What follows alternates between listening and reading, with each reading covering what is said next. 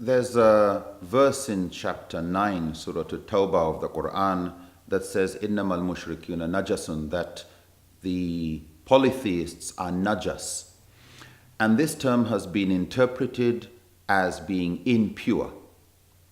But when we look carefully at the other verses of the Qur'an, we look at the context of this particular verse of the Qur'an, and we look at the life of the Prophet Muhammad, peace be upon him, we find this interpretation that non-Muslims are unclean in a physical sense is not tenable.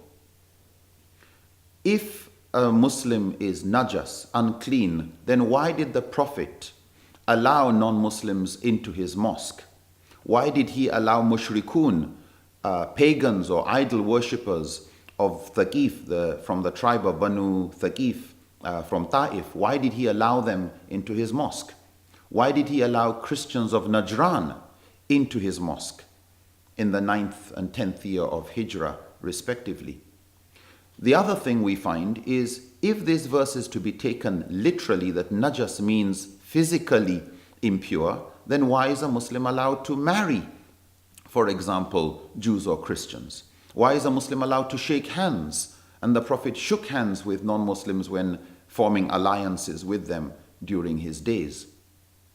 If this verse is taken literally, then it contradicts what we see going on, which is when a person who is a mushrik, who is najas in a sense of his beliefs, that his aqidah is not pure, he has diluted or tainted his understanding of the oneness of God with forms of polytheism. If such najas is what is understood, then it is acceptable. But if you think a non-Muslim is najas in the physical sense, then the moment he says his shahada, the moment he declares the testimony of faith that he believes in one God and in the prophethood of Muhammad, peace be upon him, then he is instantly a Muslim, and now he is tahir, he is pure. What has changed is not the physical state of the non-Muslim, but his faith. And that's why many scholars have concluded this verse is not describing non-Muslims as filthy or dirty or impure in the physical sense, but only in the concepts they have of God, that they have concepts of God that are not pure, that they've been tainted with various shades and forms of associating partners with Allah.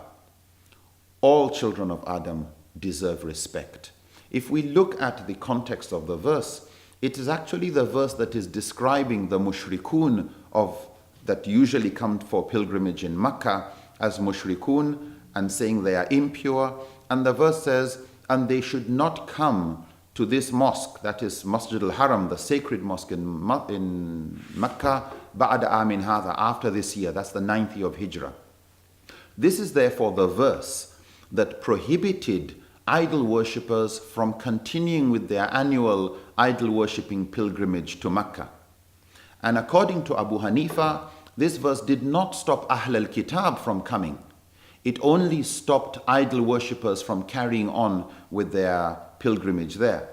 And that is why we find during the Caliphate of Umar, he met with Jews, he met with non-Muslim physicians. This is after the death of the Prophet ﷺ in Makkah when he had come for Umrah.